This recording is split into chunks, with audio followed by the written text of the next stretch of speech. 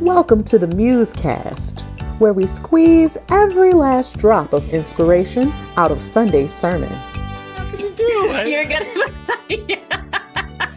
you were so close to the screen.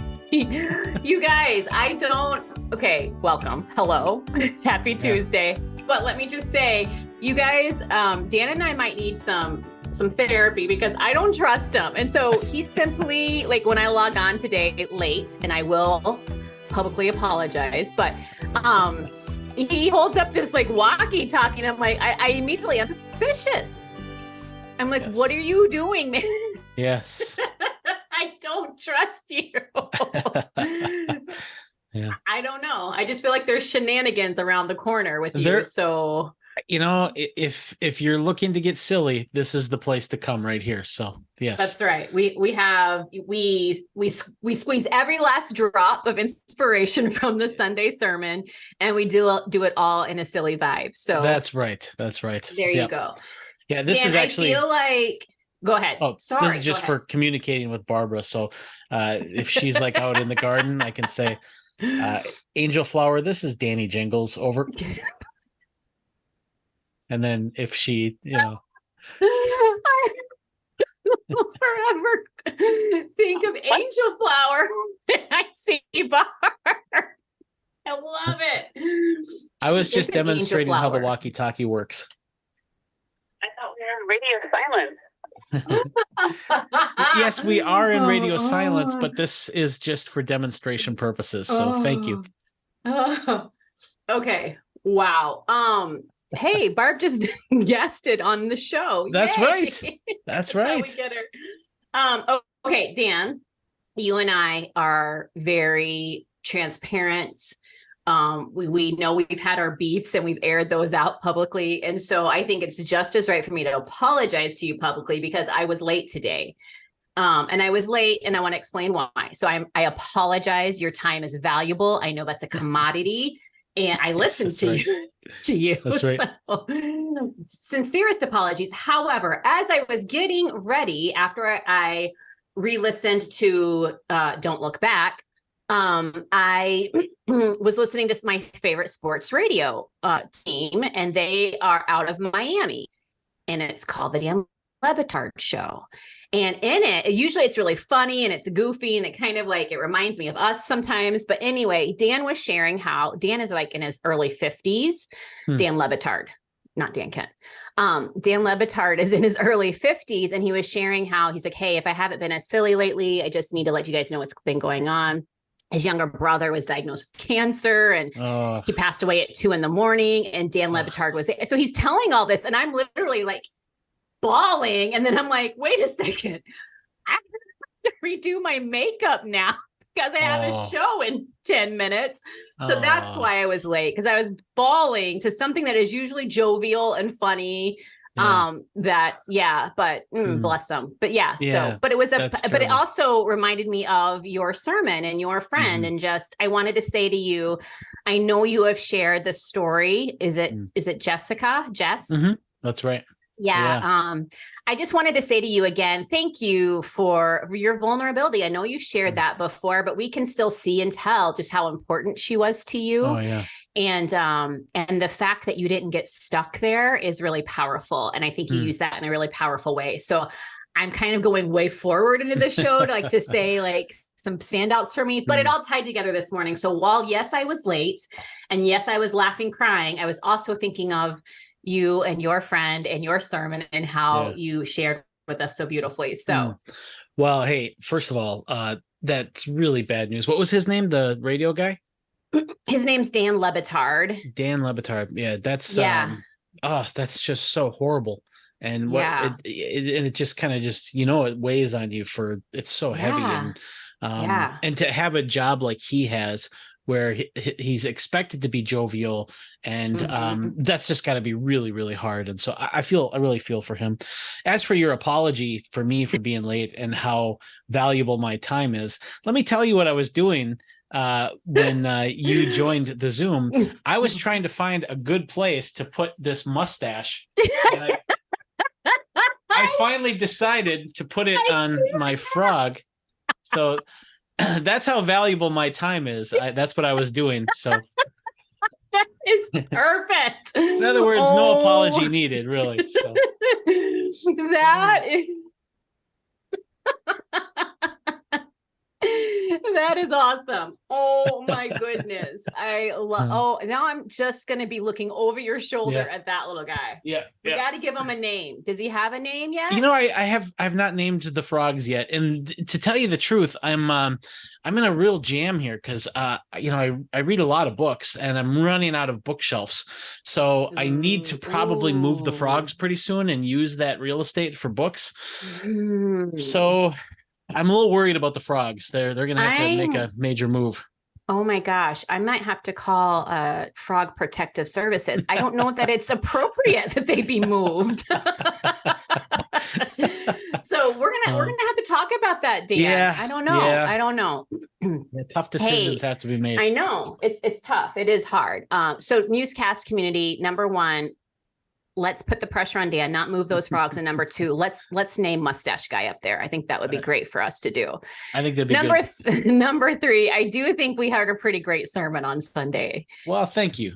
Thank you. And that was you. That wasn't your twin, right? That's right. That was me. You. Yes, okay. That was me. So thankfully we have you here on the show and you're going to do your own summary. And what are you getting now? Hold on. Oh, here it is. I just want to get the book. So I can hold it up and show people. But yeah. So should I start my summary now? I mean, we're well into the show, so we should probably get going. So yes, we've talked about mustache frogs. We've talked about all sorts of stuff. So kind of the same as you last week, where you were just kind of thinking of this transitional time here, like how could we prepare ourselves for the Revelation series and so forth. I was kind of thinking the same thing. And one of the things that I thought about is, Revelation really kind of talks about some pretty profound cosmic things that are going to happen. And Jesus often warns that things could get really tough and things can get hard. And Paul often warns about the kind of inevitability of suffering and crises and things like that. And so I just think that the message that kept coming to my head last week is just this idea of having a heart that's ready for what's next. And so I really got stuck on this verse by Paul in Philippians where he says, forget what's behind and strain for what's ahead. And the Greek word there is epilanthonomenos, which is a fun word to say if you can nail it. I screwed it up once on Sunday. It really bothered me because I practiced it so it would just be natural, and I still screwed it up. But what this means is it's a sailing term where if you're sailing and you're just kind of like me, if I was sailing, I'd be like daydreaming, la la, and I wouldn't be paying attention. And then I'd realize I'm not going where I need to go. I need to turn my boat away from the wind so that the wind can push me to where I want to go. And it's more complicated than that because sometimes you have to kind of go with the wind. And I think Paul Eddy said it's called tacking, where you can kind of, I don't even understand it, but the point is that it's this process of turning away from the wind to your destination. And the way that Paul uses it is he says, forget what's behind and strain for what's ahead. And so he applies this sailing term to time and our history and where we're going. And so he really sort of applies it to our memories and what has already happened compared to what is going to happen. And I think it's a very kind of what did I say? I think I said it was a controversial or scandalous sort of idea because we tend to like to cling to things that have happened and we tend to identify ourselves with what has happened. And sometimes that can be good. We're part of the people of God. We're part of the God who rescued Israel from Egypt and freed the oppressors and all that kind of stuff. And so sometimes that can be good, but sometimes that can get us stuck as well. And we can get stuck in regrets. We can get stuck in our traumas. We can get stuck in the judgments that we've experienced, and so I think what Paul is calling us to is to not let those things be so sticky, to let our attention be able, so we can focus our attention on the things that will help us with what God is doing now, instead of getting ourselves stuck on something that's already been done. And so, yeah, I think that's the teaching. And on the face of it, it sounds fine, but if you think about it a little bit, like I said, it can be kind of scandalous, because people might immediately think that, well, should we just forget about our trauma? And I don't think that that's what Paul is saying here, partly, especially if you are still experiencing trauma, because that's not something in the past. That's something that's going on now. You need to get help. And things like sexism and racism, those are things that are still going on now. And absolutely, we should be giving our attention to that. That is what God is doing. And that's what we need to be attending to, I think. He's also not saying that you shouldn't grieve. Like if you lost somebody, he's not saying, forget about it. Just focus on what's ahead. That's not what he's saying, because we see Jesus himself grieving, even in cases where it seems like he shouldn't be grieving. He still grieves anyway. Like when he resurrects Lazarus, it says Jesus wept, and even though he was just about to resurrect him, he still was overcome by the grief of the moment. And I just think that grief is just part of the miraculous system that we have to process the loss of precious things. And it's grieving that I think is the system. It's part of the system that makes us as strong as we are. So it's not a weakness. It's actually part of our strength. And so, however, with every good thing, there's also this potentially dangerous thing. And I think grieving is an example of one of those things where you can get stuck in your grief. Even though it's inherently a good thing to help us process so that we can move on, a lot of times we don't move on. And so I shared an example of how in my grieving over Jessica's death in the 90s, she died of cancer. I realized at some point that my grief had changed.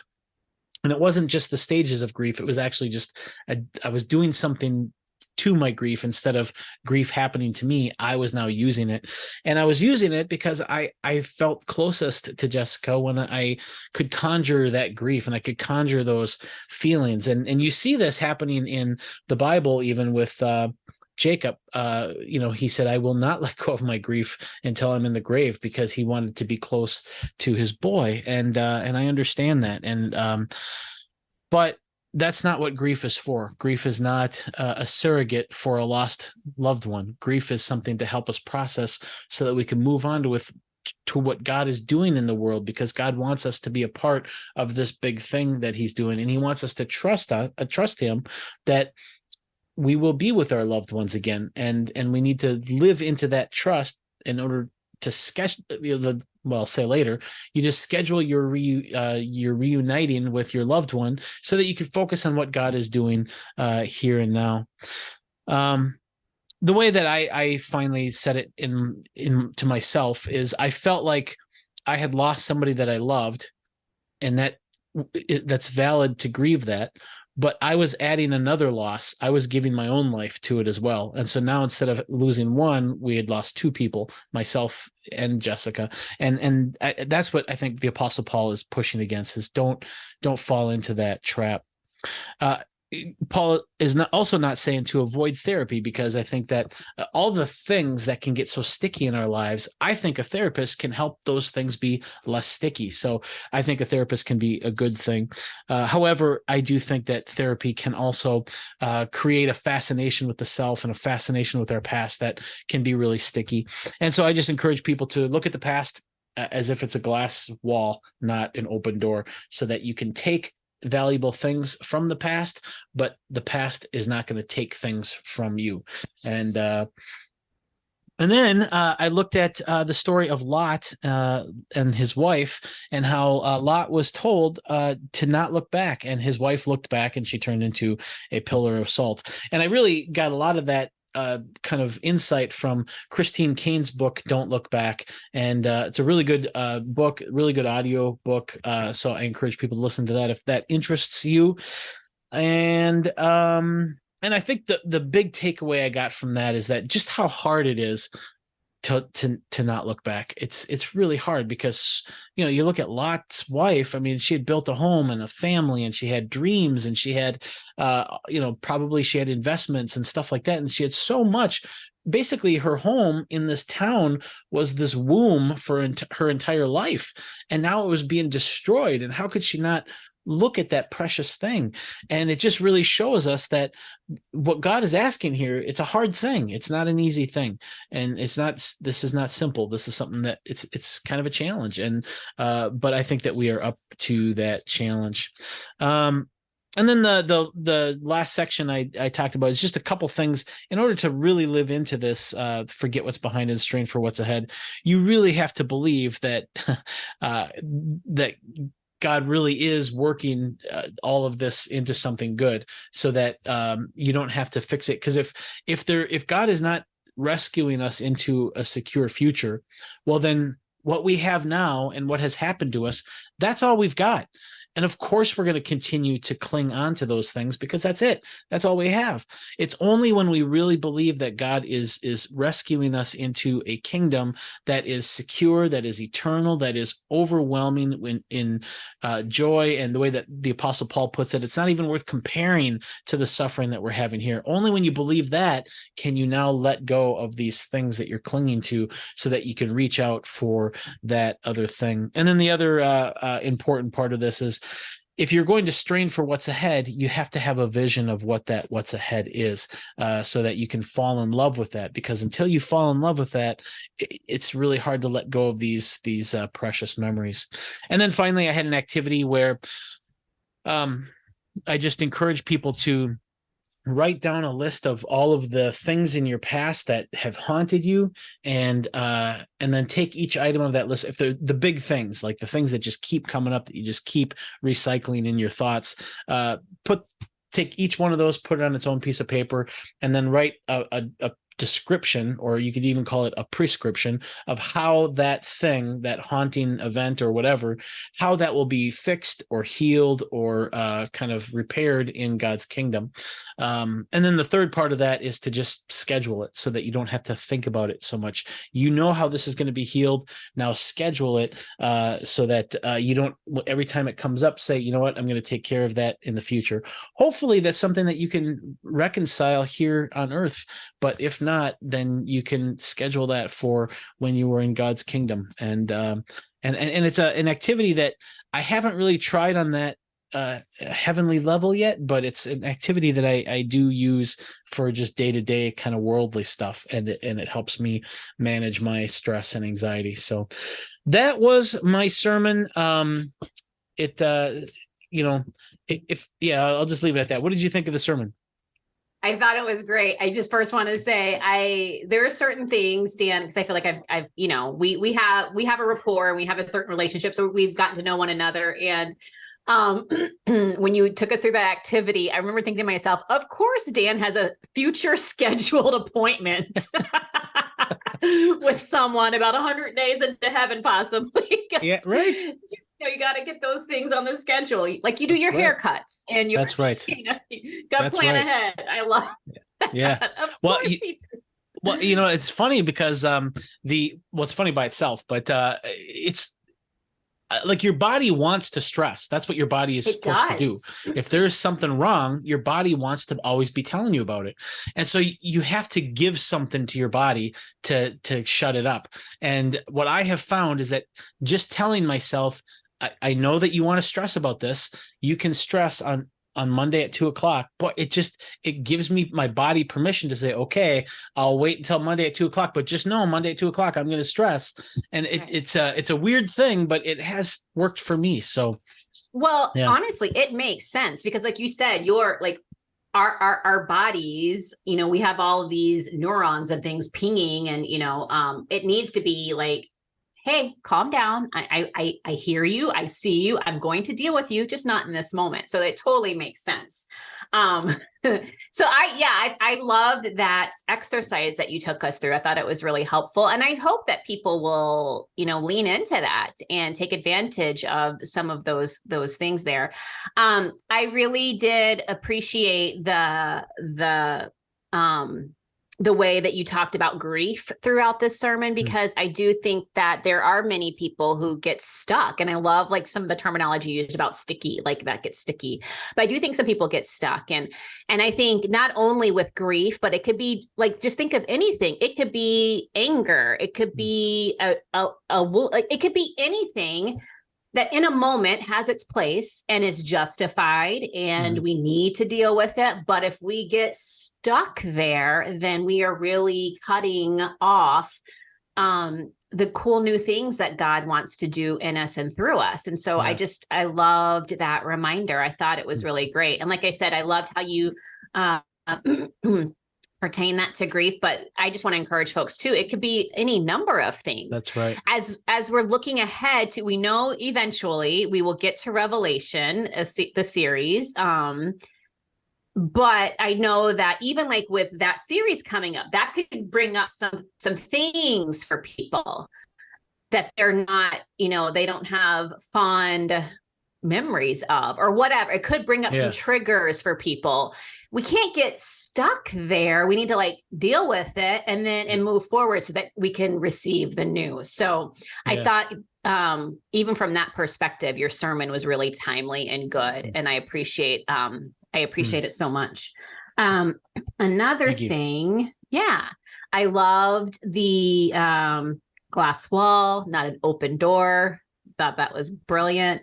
And then you just talked again in your summary, but when you did talk about the loss of your friend and how when you didn't deal with the grief and leave it, how it kind of overtook and took on another life. That's and then you're experiencing a second loss, and that is you. And we see that over and again, like in families maybe that have experienced a horrible loss, a terrible loss. And for whatever reason, it tears them apart. So then there's more loss there, and so I do think these things have their place. And I think God wants to be invited into those moments to bring the healing that we need. But then we've got to leave that and move forward.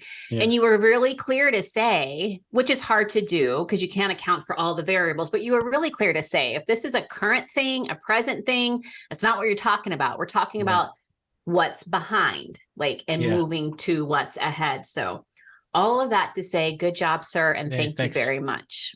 Well, thank you. And I wish I could do more, because there's other things, like you said, there's so many things that you could get stuck on. And so where do I even start? The comment you made about, the racism is still going on now.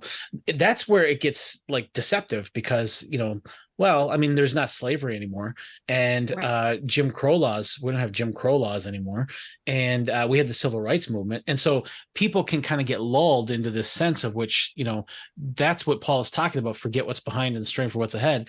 But no, that's a beast that has evolved. It's still with us. It just looks different. It growls different. It attacks people differently, but it's still there. And so that's where you got to be careful with messages like this, because you have to be careful what you're not saying, because you can use a verse like this to do some really bad things about sensitive issues. And that was the hardest part of this message, is making sure I'm not hurting anybody by saying this, I think, really important teaching about protecting ourselves from our pasts. I felt like it was sort of a dangerous message in that way, but I hope and I think it went good enough. I had in particular the grief stuff. When we preach, people will come up and say what they thought, and they'll thank you and stuff like that. And more than any other sermon I've done at Woodland Hills, I had a lot of people who were very emotional about this, because so many people, we've lost loved ones, and giving ourselves permission to move through the grief and get our life back is a hard thing, because we feel like it's we owe it to our loved one to continue grieving, and we really don't. God really wants us to have our life, and he wants us to have that boundary between us and others. He wants us to grieve because that's what makes us strong. That's part of how we process that. But he doesn't want our lives to be defined by somebody else's. And seeing how that was very liberating for people really felt great, because I would love to see, like you said, you don't want to see two lives lost just because one was, and you want that other life back, so yeah. So good. I would I had a question, but I think I'm going to skip to this and then I'll ask my question later. But as is always the case, when you're putting something together like this, even when you're putting it together in a truncated amount of time, like as you were, there are still things that get left on the cutting room floor. There are still things that you can't because you can't say it all. And so this is a great opportunity, Dan, is there anything that you had to leave out or you would like to delve into a little bit more? So let's give you that space to do that. Yeah, there's a couple things. It's a little different because part of it is I wish I had more time to just massage the contents, because it was kind of bumpy for me, but it was good enough and I'm happy with how it went.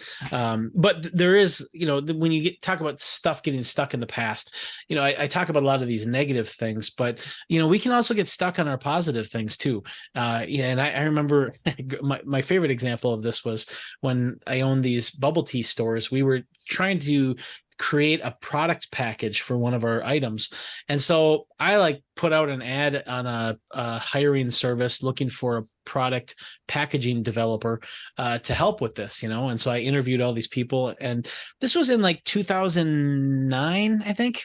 And this guy came in and interviewed, and really, really nice guy. But it was interesting because in looking at his resume, lots of fireworks around 1981, and then like tumbleweeds after that, and so I asked him about, well, what is this in 1981, what is that? And he's like, oh yeah, I was on the team and we were working for McDonald's, and they had this special sandwich where they wanted to have the burger on one side and they wanted all the toppings on this side so that you could keep the toppings cool but have the burger warm. And so we developed this package where it was these two styrofoam containers that were attached so you can keep the cold stuff cold and the hot stuff hot. And so he was very proud of this. First of all, let me just say, it was the McDLT was the name of the sandwich. And this packaging was horrific because it was styrofoam. And you can just imagine that will never decay. That will be with us until forever, but he was so proud of this. And then I'm like, okay, well, what did you do after that? And there really wasn't much of anything. But he was a packaging engineer, and he was really, in his mind, identifying with that one success. And he never really did anything else because he just sort of floated on that one big thing that he did, and he never really continued to develop his skills and stuff like that. And I felt for the guy. So we can get stuck on our positive stuff too, and part of having a heart that's ready for what's next is you have to let go of your pain and your trauma, but also you have to kind of let go of your successes. You have to say, okay, I did that. Now what else does God have for me? And that can be really hard because we tend to think, well, once I get this done, then it's all, unicorns and rainbows after that. I can retire and float down easy street. And you can, for some people with their accomplishments, but man, God has more for us, and there's just more opportunity there. And I would have liked some time to encourage people to consider that as well.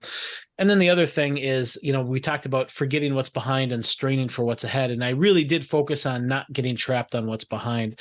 And I would have liked to have spent more time talking about straining for what's ahead and developing a picture of God, developing a picture of what God is doing in the world that you can fall in love with. And I wish I would have had more time to talk about that, because that's not something that we're taught in school, how to fall in love with God, how to fall in love with what God is doing in the world. And so I wish I had more time for that, but I did not. So those are the two big things, I think. I like it. And, maybe there'll be a part two. You never know. You never know. You never know. But you are so right, Dan, because I think if you want to take the hard things in life that we can get stuck in, and if we just take, and I feel like we've said this a lot, but this show was born out of the pandemic. I mean, really, it was. Yeah. So if you just take the last 3 years, it has been difficult for many people. And there have been real reasons for people to grieve and to experience grief. And, there have been traumas. And so there is real life stuff. We know that. Oh man, but let's not get stuck there, because God is still at work. Deal with whatever it is, but try as much as possible to move forward. And then on the other end of the spectrum, which you didn't, like you just said, you didn't get to, there are those that are living in their glory days. Okay, it's time to move on. I literally remember, and this is common for a lot of women, Dan. I'm sure you've never had this kind of thought, but for a lot of women, and I do remember someone saying to me, enjoy it now, because once you hit 40, it's all downhill from there. That's what? 40? No. What? No. Oh my word. Well, I'm past that. So still going. Oh man. But we can't, again, it's not that we're discounting.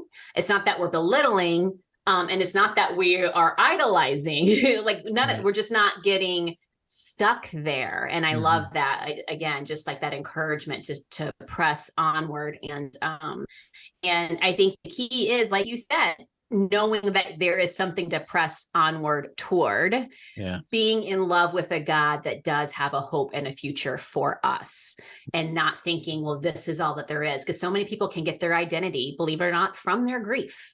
They can get their identity from their trauma. And gosh, I'm a survivor. Yeah, exactly. God can use any of that. However, that's not where we get our identity from. He does have something for us to move into, to move forward, to strive for. So, yes and amen to all of your things. Well, good. One question. Yes. Oh, no, go. What were you going to do? Oh, I lost track of time. So go ahead. As have I, and we did spend a little time in the beginning getting some of the sillies out. But yes, that's right. So I do have one question, and then we'll move into nugget time. How about that? Sounds good. Okay. So this is, as you were speaking on Sunday, and as I re-listened later on, the thought came to me man, I wonder if some people don't realize that they're stuck, because all they know is this grief. All they know is this trauma, or all they know are these successes, and they don't realize that they're stuck. How can we deal with that? How can we maybe take a temperature of ourselves to see if we're stuck, or is it just going to be someone pointing it out to us, or what are your thoughts about that? I think it's really hard, because I think so much of that is I think you have to know your trauma and your kind of grief from the inside. And so it's something that you can't tell. You can't tell by looking at the car out from the outside. You have to be able to see inside under the hood. And so I think people need to just kind of be introspective, and they have to kind of be honest, to the best of their ability with where they're at and what they're doing. But the other thing too is you really have to want to live life to the fullest. You have to want to pursue godliness, and you have to have this other objective. And if you don't even care about pleasing God, if you don't even care about, taking this gift that God has given you, your life, and doing something good with it, if you don't even you need to have just at least a little tingle of that in your heart. Otherwise, there's really no motivation to let go of those things and to look honestly at those things. And so I think I would say, so that's where you need to have, I think the best we can do is hope for close relationships where people we can talk to, because then if I'm communicating and if I'm talking about what I'm experiencing, that now I'm letting other people in under the hood a little bit, and now they can see things with me and maybe ask me some good questions that might reveal something to me that, maybe I can let go of this. And I mean, I've shared this before too, but working with sexual abuse victims, one of the things that keeps people trapped is they think that if I were to get healthy, that would mean that the trauma I experienced was not that big of a deal because I got over it. And so I'm not going to get over it because this is an injustice. And that's just really bad logic and bad math. It's you, just because you grow past it, just because you become a healthy person, doesn't mean the trauma was less important or less traumatic. I mean, look at like my favorite example of this is looking at survivors of Auschwitz, who went on to be successful, have families and careers and stuff like that. And it's like, man, if they can find a healthy life after Auschwitz, I mean, that in no way diminishes the horror of Auschwitz. And so yeah, just stuff like that, being able to see the bad logic that keeps us clinging on to these things. And that takes time. And not only that, but like the trauma itself, the real grief and the real processing of trauma, it varies on how long it takes to kind of burn through that. And so it's different for everybody. And Paul's principle has got to be, taken as a general kind of principle to strive for. And that's why he even says, I have not yet attained this, but I continue to work at this. And I think that's what the attitude that I would recommend for it as well. That was really well said, Dan. Thank you. I just to tag on to that, I think it's important to know yourself, be aware of those indicator lights. It's great to have at least people in your life, like you said, that can help take a peek under the hood. And also I love that you did mention therapy and you mentioned prayer. So I think those things go hand in hand. So I think that's important and that those would all be helpful. Yeah. And with that, do you know what time it is? Nugget time! Nugget time! Yay! Nugget time! Hey, for all Nugget time, I have a poem that I was going to share from Walt Whitman. So I think I'll share it for Nugget time if that's all right. Okay, that's great. So let's close with the poem. How about that? Okay, I will share my nugget and then you close with the poem. Okay, wait, let me get my friend Walt. Hold on a second. All right, Walt is going to help me here. Walt is ready. Yes. Wait, I need to. Wait, I don't know where I can put him. Okay, I'll put him right here. Okay. So this is from Walt Whitman. This is from the 4th stanza of Song to Myself. And I think that he really kind of gets at, this is ridiculous holding this frog up while I do this, but I think he really kind of gets at this spirit that I was hoping to kind of get at as well. Maybe not, but I kept thinking of this. And so I'm going to share it. But Walt Whitman says this: the people I meet, the effect upon me of my early life, the ward and the city that I grew up in, the nation that I live in, the latest dates, the latest discoveries, inventions, societies, clubs, groups, authors, new and old, my dinner, the things that I wear, my friends, how I look, compliments I receive, praise that I am given, the real or imagined indifference of some person that I love, the sickness of one of my folks, or my own sickness, the ill-doing or loss or lack of money, depression, exaltation, battles, the horrors of war, the fever of bad news, fitful events, all of these things, they come to me day and night, and then they go away from me again. But all of these things are not the me, myself. Thanks, Walt. And I think what that poem captures is all of these things that I think about that come to me, like in my past, the sickness of it, the grief I've had, the trauma, war, bad news, all of these things, they all appear to me, but recognizing that none of that is actually me. I am this thing beyond that, helps me to say, I need to experience that. I need to process that, but I am not that thing. And I am not my relationship with Jessica. I am not peace in the world, even though I should strive for peace. Sometimes there's going to be war, and I can't let that affect the me, myself at that deep level. And I think Paul is getting at something very similar to that. Amen. Okay. So Dan, first of all, was a great poem. Yes. Great poem. However, I'm giggling, smiling throughout because of Walt. Like Walt. Hey, how you doing? Yeah. So hopefully if folks see me smiling, they don't think I'm, heartless. Well, I'll be honest, the tone is affected by a mustached frog when you're reading, profound poetry. I get that. And, but hopefully it still will work. It will work. It might stick in people's heads too, I think so. So thank you for sharing that. I'm just going to cap it off by saying really quickly, there are so many things that Dan said well. And so my nugget for us all is to remember, and this ties in nicely with the poem that Walt read, is just to remember we are not our trauma. We are not our grief. We are not any of those things. And even the good things, those aren't the things that make us who we are. They are a part of us. They are a part of our story, but our story is more than those things. And so I encourage everyone to deal with stuff that they need to deal with, please. Absolutely. That is important to shove it aside or to think I'm good. That's not going to be helpful. That's going to pop up somewhere down the road.